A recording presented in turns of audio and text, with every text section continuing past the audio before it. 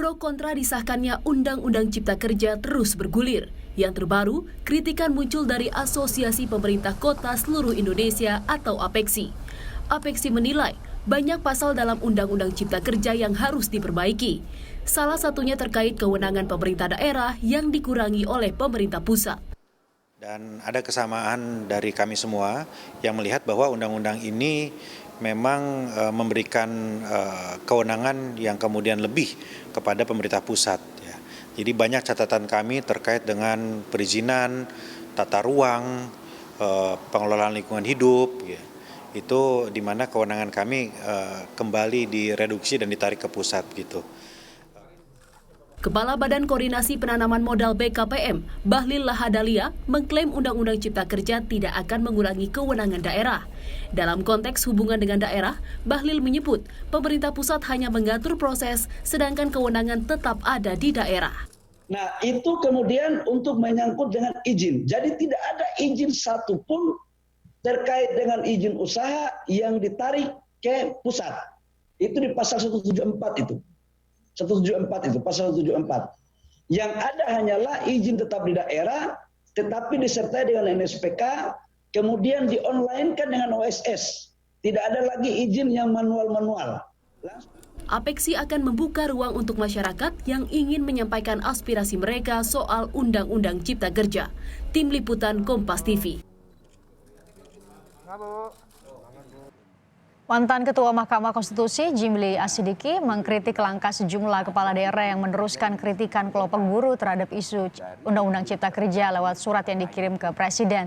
Jimli mengatakan langkah tersebut tidak tepat karena kepala daerah adalah perwakilan pemerintah pusat dan seharusnya satu suara dengan Presiden. Jimli juga menilai langkah ini bisa dinilai sebagai langkah politik kepala daerah. Menurutnya hal tersebut tak perlu dilakukan lagi. Di Undang-Undang MK yang pertama tahun 2003 itu, nah itu saya satu yang mengusulkan supaya ada begini, gubernur laksanakan tugasnya sebagai kepala daerah, memimpin pemerintahan daerah, memimpin proses pembangunan daerahnya gitu loh. Nah sedangkan untuk menyalurkan aspirasi itu kan tidak usah formal, apalagi kalau suratnya formal, ya kan, dikirim gubernur dengan kup surat kepada presiden menolak undang-undang, nah itu kan tidak baik. Walaupun kita harus mengerti aspirasi ini kuat sekali, maka kita anjurkan tempuh jalur hukum ke MK, uji formil dan uji material, gitu loh. Jadi kita harus mendorong, mengarahkan politik mob itu harus melembaga, dan ini jadi pelajaran juga bagi lembaga parlemen. Lalu benarkah banyak kewenangan kepala daerah yang dikurangi dalam Undang-Undang Cipta Kerja? Kita bahas bersama dengan narasumber yang sudah bergabung melalui aplikasi Zoom. Ada Gubernur Jawa Tengah Ganjar Pranowo. Kami juga tengah berusaha untuk menghubungi Bima Arya Wali Kota Bogor melalui sambungan secara daring juga. Saya sapa Pak Ganjar terlebih dahulu. Pak Ganjar. Ya. Terima kasih sudah bergabung bersama kami di Kompas Petang. Pak Ganjar bahkan sempat ikut dangdutan. Beberapa hari lalu sudah bagi-bagi draft final untuk semua pihak, diharapkan bisa pelajari betul. Pak Ganjar juga tentu sudah baca lengkap ya. Benarkah menurut Pak Ganjar ada yang tidak sesuai, bahkan kalau dalam konteks pemerintahan daerah banyak sekali kewenangan pemerintah daerah diambil oleh pusat, diambil kembali begitu? Ada banyak PP yang disiapkan, ada banyak perpres yang disiapkan. Ada yang membacanya mesti pelan-pelan, ada yang cepat. Sebenarnya spiritnya adalah bagaimana perizinan-perizinan bisa dilakukan dengan cepat sebenarnya. Terus kemudian tidak birokratis, tidak ada pungli. Saya mengikuti itu. Jadi kalau saya melihat jangan tergesa-gesa. Coba mari kita inventarisasi mana-mana yang teman-teman barangkali ketakutan kalau kemudian kewenangannya diambil. Pada sisi yang lain, kalau memang takut diambil dan kemudian ini perlu dikelola sendiri, tapi mesti cepat, ya segera direform. Kalau saya melihat biasa-biasa saja, apalagi dalam konteks pandemi respons seperti ini, politik ekonomi kita harus lebih lincah, harus cepat kita melakukan satu terobosan, agar kita bisa recover gitu ya. Dan undang-undang ini menurut saya bisa dilaksanakan juga dengan baik. Pak Mendagri juga menyampaikan kok, tidak ada. Pak Presiden juga menyampaikan kok tidak ada. Bahkan Pak Mendagri menyampaikan nanti akan ada banyak PP dan Perpres. Mari yang kira-kira merasa akan hilang seperti apa dibicarakan. Maka ini momentum yang menurut saya paling bagus untuk berkomunikasi begitu. Bahkan Dinas Ketenagakerjaan Jawa Tengah menjadi posko begitu ya, Anda buka buat aduan, betul ya Pak Ganjar? Oh iya Mbak, karena begini, karena kemarin masih simpang siur kan, yang mendorong pagar belum baca, yang mempertahankan pagar belum baca juga. Pagarnya ambruk dan dua-duanya nggak ngerti. Kita ini ngapain ya? Pagarnya ambruk tapi sama-sama belum baca. Nah, sekarang sudah mulai ada, terus kemudian beberapa kami coba bagikan, kami buat posko saja. Mana kemudian yang akan menjadi pertanyaan warga, terutama terkaitan dengan tenaga kerja. Maka saya buatkan posko saja. Kanalisasi ini penting agar tidak terjadi protes yang nantinya berkerumun, nantinya ribut, nantinya lempar-lemparan. Jangan. Situasinya masih pandemi loh, saya mengingatkan jangan sampai muncul klaster demo gitu. Nah, apa yang dilakukan oleh Apexi, apakah juga menjadi salah satu cara untuk mengkanalisasi suara-suara atau pro kontra terhadap Undang-Undang Cipta Kerja di publik? Saya sapa Wali Kota Bogor, Bima Arya sudah bergabung bersama kita juga, yang merupakan Wakil Ketua Apexi. Kang Bima. Selamat sore, apa kabar Pak Gubernur? Baik, Kang Bima, ya. Ini sembari di dalam mobil tapi bersedia untuk bicara di Kompas Petang.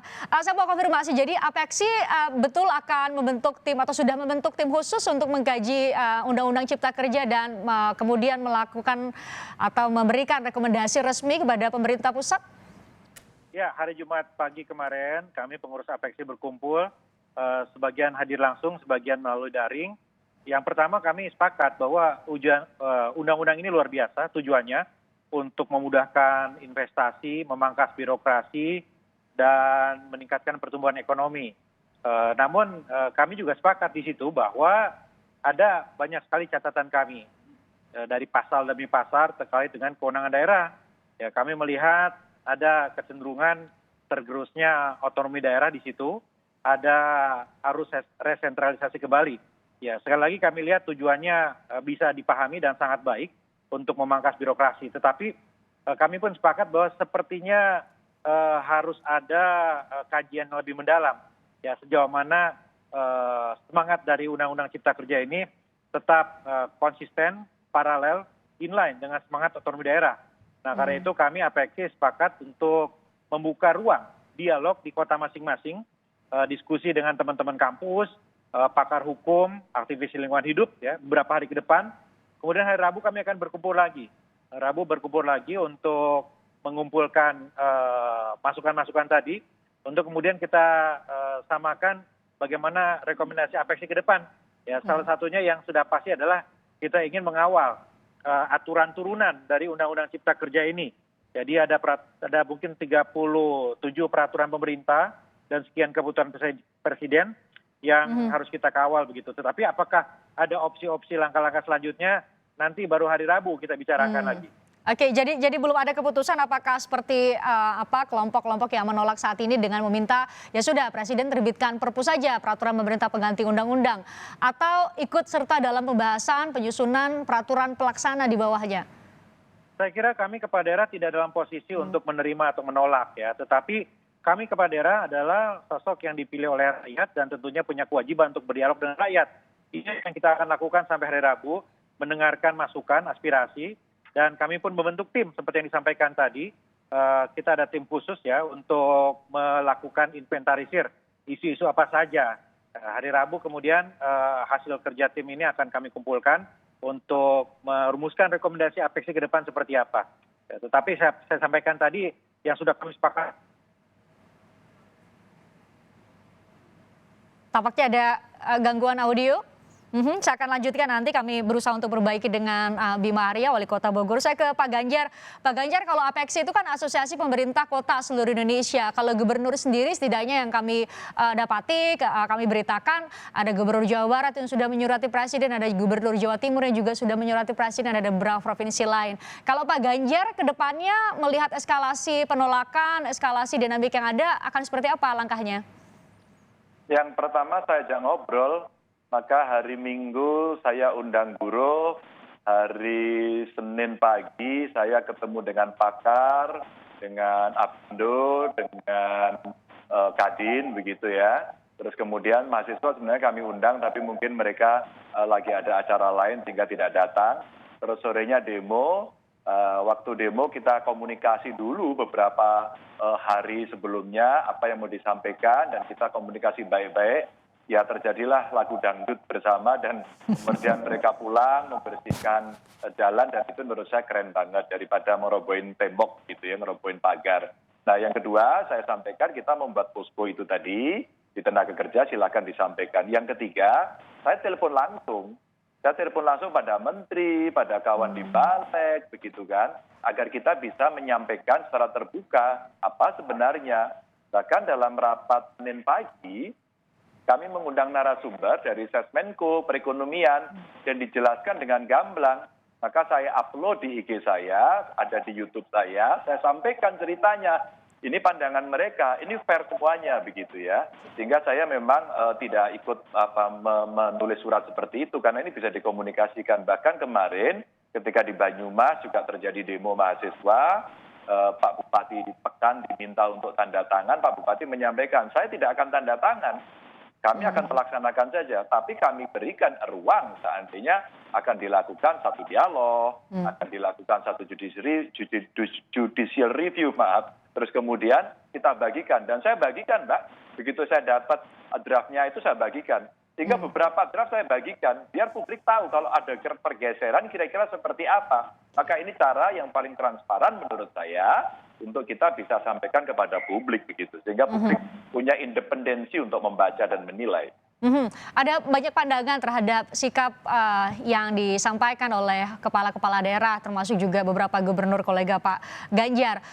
Ada Prof. Jimli Asidiki, mantan Ketua Mahkamah Konstitusi yang bilang bahwa tidak seharusnya pemerintah daerah menyatakan sikap secara terbuka, menolak atau mendukung Undang-Undang Cipta Kerja di depan publik. Nanti saya mintai pendapat dari Pak Ganjar nanti. Saya juga berharap nanti Kang Bima Arya juga akan terhubung kembali bersama kita. Tapi usai jeda, saudara, di Kompas Petang.